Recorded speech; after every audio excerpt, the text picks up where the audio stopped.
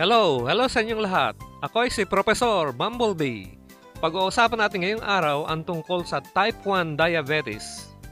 Ang diabetes ay tungkol sa pagbabalanse na dapat ninyong matukuyan sa pagitan ng insulin, pagkain at ehersisyo para sa mga level ng asukal sa dugo ninyo at hindi tataas ng gusto o bababa ng todo.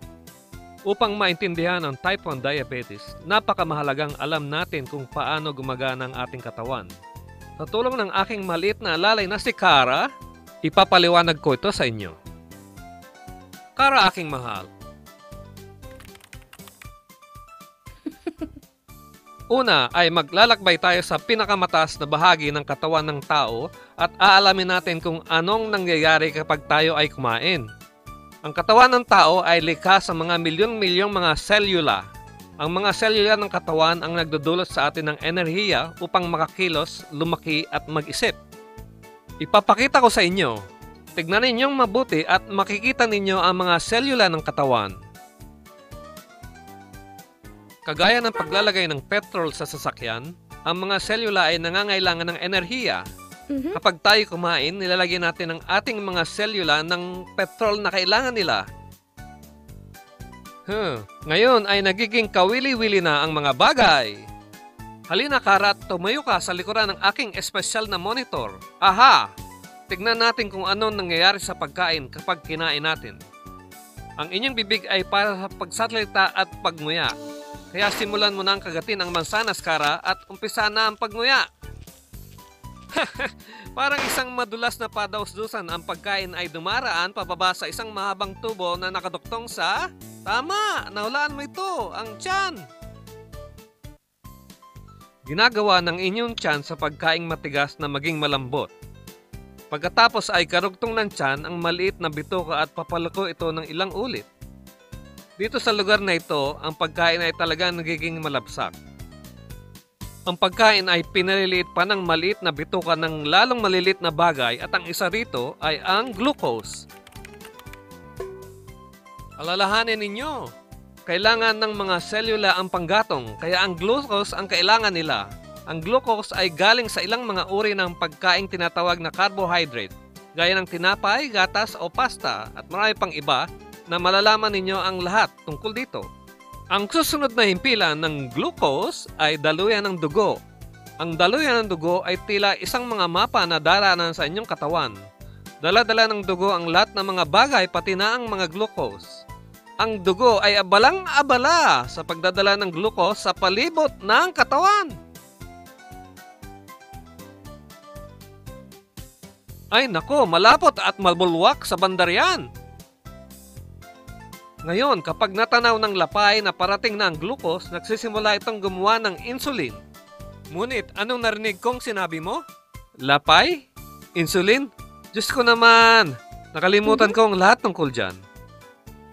Sa tingin ko'y dapat tayong bumalik sa tiyan ulit. Nariyan na ang lapay? Nagtatago sa likuran ng tiyan. Isa sa mahalagang bagay na ginagawa ng lapay ay ang insulin. Ang insulin ay glucose, ay magkasamang maglalakbay sa palibot ng katawan. Katulad sa isang susi ang insulin. Binubuksan ang mga pintuan ng mga selula ng ating katawan para papasukin ang glucose. Tingnan niyo kung gaano kamahal ng mga selula ang glucose. Tingnan natin muli at makita kung maliligaya ang mga selula ng katawan. Oo nga, maliligaya sila. Mayroon silang lahat ng kani-kanilang glucose. Sa lahat ng enerhiyang yan, tinutulungan ng mga selula tayo upang makagawa ng gusto nating gawin gaya ng pag-iisip, paglalakad, paglalaro, pagtalon, paglulukso, paglalangoy, pagkakandirit at paglilibang. Ngayon Kara, sabi ng doktor mo na mayroon kang type 1 diabetes. Alam kong nakakadama ka ng pag-aala, ngunit sa pamamagitan ng mga pag-iiniksyon ng insulin, malusog na pagkain at ehersisyo, magiging kasing lusog ka rin ng gaya ng mga ibang bata at patuloy na magagawa ang lahat ng mga bagay na kalimitan mo nang ginagawa. Ang tanong mo, paano ako nagka-diabetes? Nagaganap ang type 1 diabetes kung ang lapay ay tumigil na sa paglika ng insulin. Kapag nangyari ito, wala nang mga susi na magbubukas ng mga pintuan ng inyong mga selula na kaya hindi na nila makakuha ng glucose na kailangan nila. Ang mga selula ng inyong katawan ay nagugutom. Ano pa ang nangyari nung unang pagkakaroon mo ng diabetes? Bueno, malaki ang nabawas sa iyong timbang. Uhaw ng uhaw ka rin at umiinom ng maraming tubig. Lalong malimit ang pagpunta mo sa palikuran dahil sa pag-inom ng maraming tubig. Ang dahilan nito ay walang mapuntahan ng glucose sa iyong daluyan ng dugo maliban sa manatili, na kaya kailangang tumulong ang kidney na alisin ang glucose sa iyong daluyan ng dugo at patunguhin ito sa ihi, na kaya ikaw ay palaging gustong magpunta sa palikuran. Ginagamot ang type 1 diabetes sa mga pag-iiniksyon ng insulin o kaya sa pamamagitan ng paggamit ng pangbomba ng insulin.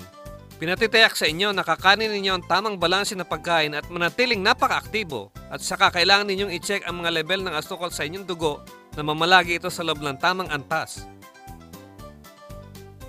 Talagang napakamahalagang makuha ng mga selula ng katawan mo ang insulin na kakailanganin ng iyong katawan. Mararamdaman mo ang karayom sa umpisa, ngunit hindi ito magtatagal. Kung ikaw ay maliit pa, ang nakatatanda sa iyo ang mag-iiniksyon ng insulin o tutulungan ka sa paggamit ng inyong pagbomba. Kita ninyo kung paano lumusot sa karayom ang insulin? Makakaramdam kayo ng lalong ginhawa sa lahat na insulin na yan sa iyong katawan na nakahanda ng gawin sa kanilang trabaho. Isa sa pinakamahusay na lugar upang ibigay ang inyong insulin ay sa inyong tiyan. Ngunit hindi tuwina sa isang lugar araw-araw, baka maging mag-umbok sa bandad yan. May iba pang mahalagang mga bagay na dapat inyong malaman gaya ng hypoglycemia. Oh wow, anong habang salita? Ang hypoglycemia o hypo sa maikli ay nagaganap kung ang asukal sa inyong dugo ay bumaba ng napakababa.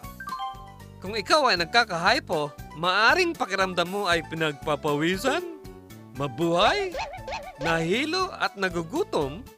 Magkakaroon ka ng sakit sa ulo o pakiramdam na iiyak. Kung ang pakiramdam mo ay ganito, magmadaling uminom o kumain ng bagay na matamis upang maitaas ang iyong asukal sa dugo. Tandaan i-check ulit ang level ng asukal sa inyong dugo upang matiyak na maganda ang iyong pakiramdam bago ka lumakat maglaro. Palaging sabihin sa nakatatanda kung kayo ay nagkaka-hypo. Ang pagkaka-hypo ay maaaring magdulot ng maraming ibang bagay gaya ng pag-eehersisyo na hindi kumain ng karagdagang carbohydrates o pagliban sa kain. Maaari ding dulot ito ng pagkakaroon ng sobrang insulin. Tandaan, napakahalagang magsuot ka o magdala ng bagay na nagsasabing mayroon kang diabetes. At saka, piliting matandaang magdala ng makakaing bagay sa lahat ng oras sakaling kayo ay magka-hypo. Kung minsan, ang level ng asukal sa dugo mo ay maaring maging mataas. Maaring dulot ito ng maramit iba't ibang bagay gaya ng ang dosis ng insulin mo ay napakababa o nakalimutan mo ang pag-iiniksyon ng insulin. Nakakain ng higit na maraming kaysa dati o kulang sa pagiging aktibo. Pagkakaroon ng sakit o nagagalit o na-stress tungkol sa mga bagay-bagay. Kung ang level ng asukal sa dugo mo ay mataas, kailangan mong ipasuri ang iyong dugo o ihi para sa bagay na tawag ay ketones. Ang ketones ay pagbababala na ang mga bagay ay wala sa balanse at kailangan mo ng dagdag na insulin. Tanungin ang iyong doktor o tagaturo sa diabetes tungkol dito. Ngayon, Kara, aking mahal, ipakikilala ko ang ilang napakamahalagang tao sa iyo. Sila ang mga tutulong sa iyong pagkakaroon ng diabetes.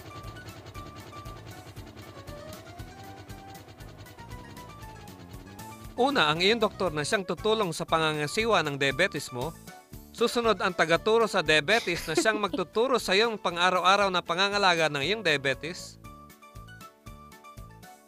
Ang iyong dietitian na siyang tutulong sa iyo na maintindihan ang malusog na pagkain at ang inyong social worker na makakatulong sa iyong mga nadarama tungkol sa pagkakaroon ng diabetes.